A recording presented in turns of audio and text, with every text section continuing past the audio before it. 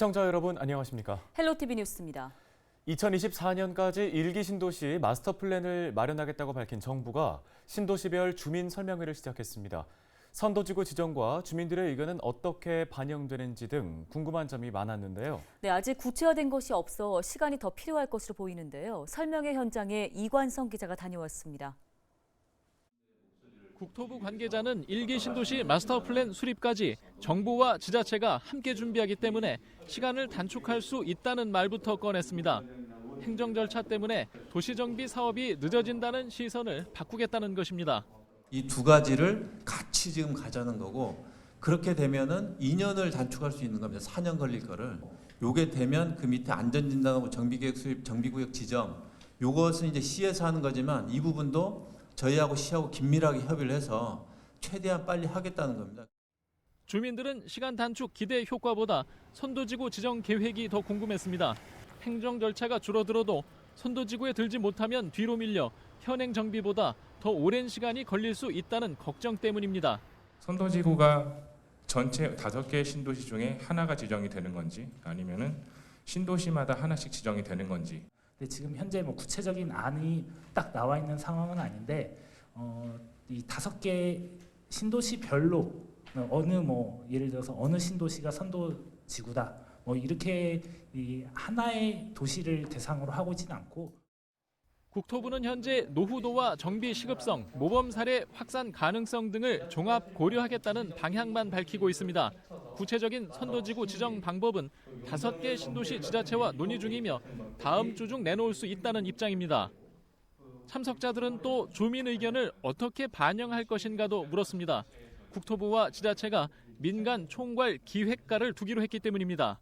그 MP 역할이 MP의 소속과 MP의 범위 그리고 어떻게 활동을 하는 활동 계획 같은 게 구체적으로 나와 있는 게 있는지. 주민 의견을 듣고 또 이런 내용을 저희한테 전달해 주시고 또 한국에 말씀하신 것처럼 특별법을 만드는 과정에서 주민 의견이 최우선적으로 반영될 수 있도록 좀 주민 의견을 모으는.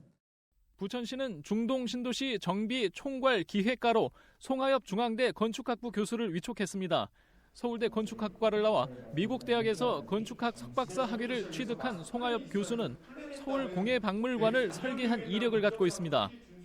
1기 신도시 정비 첫 주민 설명회에 나온 주민들은 구체적인 내용이 없었다며 실망한 모습이었습니다. 부천시는 이달 중 1기 신도시 정비 민관 TF를 만들어 주민 의견 청취 등 민원을 줄여나가겠다는 계획입니다. 헬로티비 뉴스 이관서입니다. 네, 다음 소식입니다. 민선 8기 부천시 출범 100일을 맞아 조영익 부천시장의 성과와 과제를 짚어보는 시간 마련했습니다. 후보 시절부터 강조해왔던 소통은 전보다 확실히 늘어났는데 부천의 시급한 현안들을 해결하는 모습은 보이지 않는다는 평가가 있습니다. 이정화 기자가 취재했습니다. 조용익 부천시장에 대한 평가, 먼저 시민들에게 물었습니다. 모르겠어요. 잘 피부에 닿질 않아가지고 시장이 바뀐 때마다 별로 이렇게 닿질 않아요. 뭐 정책이 바뀌었는지 뭔지 뭐 잘 모르겠어요.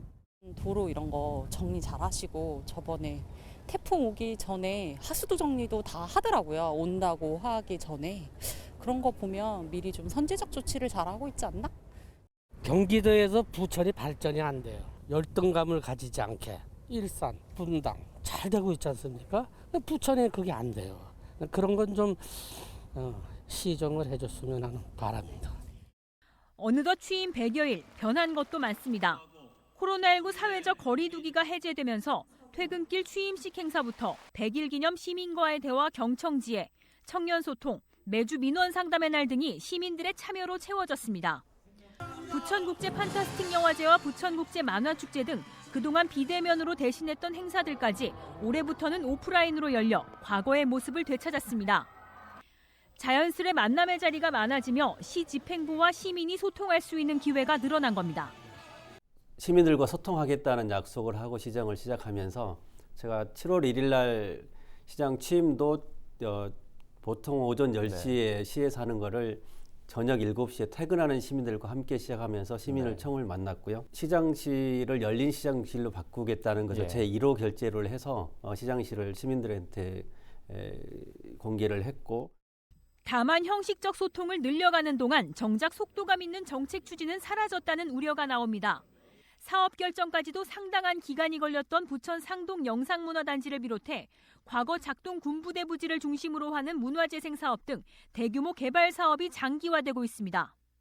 또 부천시의 결정만 남은 부천광역소각장 사업은 사실상 어떤 결론도 내리지 못한 상태로 시간만 흐르고 있습니다. 이와 함께 부천시는 오는 2024년 1월까지 광역동 체제를 폐지하기로 결정하고 관련 TF를 통해 다각도로 검토 중이지만 다가올 총선 등이 변수로 남아 있습니다. 정책에 대한 비전이나 앞으로 어떤 방향성 그런 것들이 어떻게 돼가고 있나 자꾸 이렇게 물음표를 찍게 만드는 거예요. 예를 들면 그렇게 뜨거웠던 영상문화단지 개발은 어떻게 돼가고 있는지, 광역소각장이라는 부분이 시민들에게 매우 불편한 존재였거든요. 근데 그 부분도 어떻게 되고 있는지, 지금은 시장이 어떤 미래지향적인 거를 빨리 내놓기를 기다리고 있습니다. 부천시에는 민선 7기부터 켜켜이 쌓인 굵직한 현안이 다수. 이 가운데 광역동이나 소각장 문제 등은 실제 시민의 삶과도 밀접하게 연결돼 있습니다.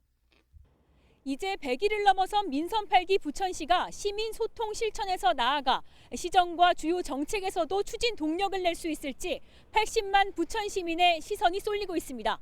헬로티비 뉴스 이정화입니다. 부평구가 부평 미래발전, 구민과 함께 답을 찾다라는 주제로 소통공감 토론회를 열었는데요. 이번 토론회는 차준택 구청장 취임 100일을 맞아 준비됐으며 구정 운영과 정책 방향을 구민과 함께 고민하는 형식으로 꾸며졌습니다. 토론회는 모둠별 자유토론과 전체 수기토론, 결과 공유 순으로 진행됐고 온 오프라인으로 공개 모집한 60명의 주민들은 10명씩 6개의 모둠으로 나눠 열띤 토론을 펼쳤습니다. 특히 이날 주민들은 밝고 안전한 골목길 조성과 재능을 살린 공공 노인 일자리 확대, 생활체육시설 조성 등 지역 발전에 필요한 정책들을 제안했습니다. 부평구는 토론회에서 발굴된 아이디어를 관계부서와 협의한 후 실행 가능성을 검토해 정책에 적극적으로 반영한다는 계획입니다. 제2인천시의료원 설립 후보지가 6곳으로 압축됐습니다. 인천시는 지난해 말부터 군 구별 수요 조사를 진행해 모두 9개 후보지를 발굴했는데요. 최근 종합평가를 거쳐 부적합지 3곳을 가려냈습니다. 이로써 현재 남은 후보지는 계양구 규련동과 부평구 산곡동, 서구 불로동과 남동구 만수동, 연수구 선악동과 중구 운남동입니다. 시는 의료, 건축 분야 전문가를 포함한 제2의료원 부지선정위원회를 구성해 올해 안으로 제2의료원 최종 후보지를 확정한다는 계획입니다. 또 내년 2월까지 제2의료원 설립 운영 계획을 세우고 예비 타당성 조사에 대비하기로 했습니다. 부평 3정수장이 밸브 교체 공사로 인해 오는 25일 낮 10시부터 27일 낮 12시까지 가동을 중단합니다. 이에 따라 청천 1동과 산곡 1동, 십정 1동 등 일부 고지대 지역에서는 단수나 수량 감소가 예상되고 있습니다. 또 나머지 지역에서는 단수 없이 정상적으로 공급되지만 일시적으로 녹물이 발생할 수 있어 충분히 물을 방류한 이후에 사용하면 됩니다. 10분 이상 녹물이 나올 경우 120 미추홀 콜센터나 북부 수도사업소로 신고하시기 바랍니다.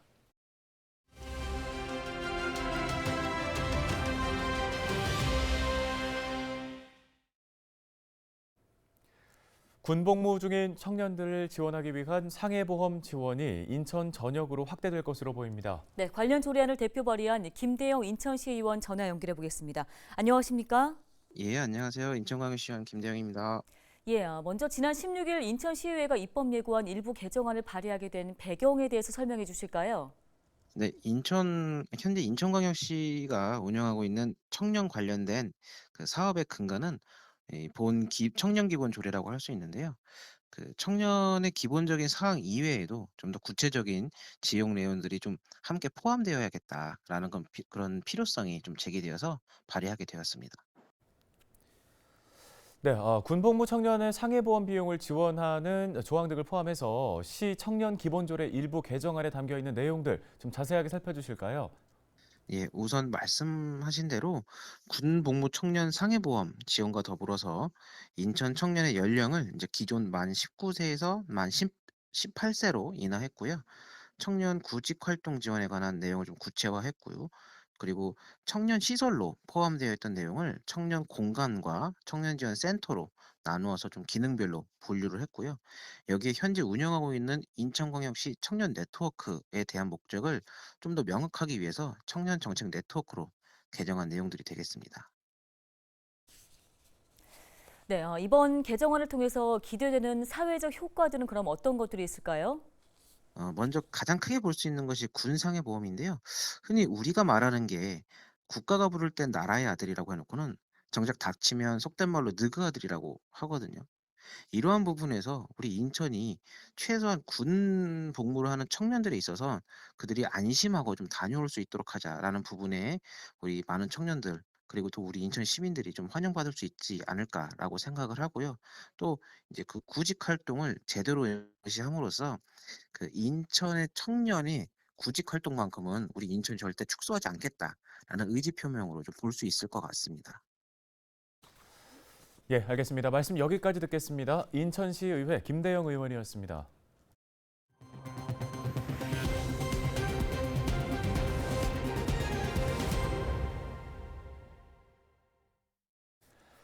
코로나19의 여파에 집에 있는 시간이 늘면서 식물을 반려동물처럼 키우는 사람들이 늘고 있습니다. 이른바 식집사라고 불리는 이들을 위해서 식물의 상태를 봐주는 식물병원까지 등장했다고 하는데요. 네, 초보 식집사들의 관심이 높다 보니 김포에서는 아예 전문 정원사를 양성해서 식물병원을 운영하고 있습니다. 영상 리포트에서 찾아가 봤습니다.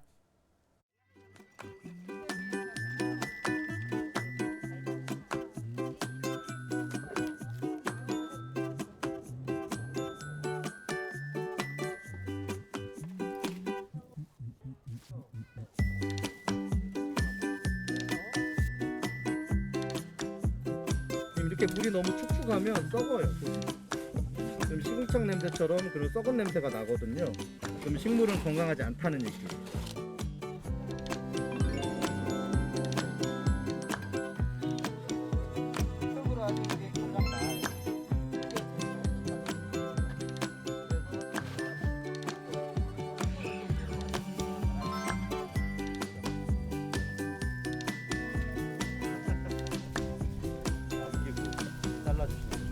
말라 들어가요. 예, 바짝 자르면 타 들어가요. 이렇게 남기고 찾아가는 식물병원은요, 지금 한 4년에서 5년 정도 진행된 그런 사업이고요. 농업기술센터, 김포시 농업기술센터에서 지금 진행하고 있는 그런 사업이고요. 그 지역에 가서 직접 이제 식물에 관련된 키우는 방법이라든가 병충해에 걸렸으면 그걸 어떻게 케어한다든가 아니면 이제 분갈이가 필요한 식물은 분갈이를 해드리고 비료도 드리는 그런.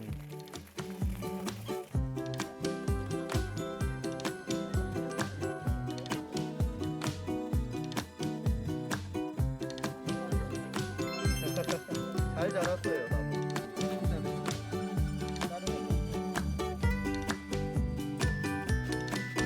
안에서 이렇게 해주시니까 우리는 또 무료잖아.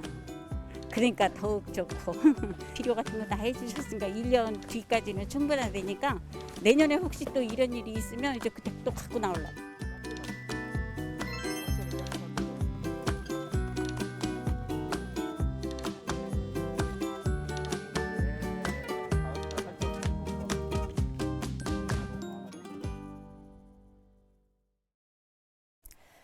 부평구가 부평 상권 르네상스 사업 추진을 본격화합니다. 구는 지난 15일 부평 문화의 거리에서 차준택 구청장을 비롯해 상권 활성화협회 위원들과 상인들이 참석한 가운데 부평 상권 르네상스 사업 선포식을 열었습니다. 앞서 구는 지난해 12월 중소벤처기업부에서 주관하는 상권 르네상스 공모 사업이 선정됐는데요. 사업 대상지는 상권 활성화 구역으로 지정된 부평 문화의 거리와 부평 테마의 거리, 부평 지하상가입니다. 구는 올해부터 오는 2026년까지 사업비 80억 원을 들여 부평역 인근 상권을 디지털 스마트 기술과 쇼핑, 음악과 문화가 접목된 공간으로 만들 계획입니다. 오늘 저희가 준비한 소식은 여기까지입니다. 네, 시청해주신 여러분 고맙습니다.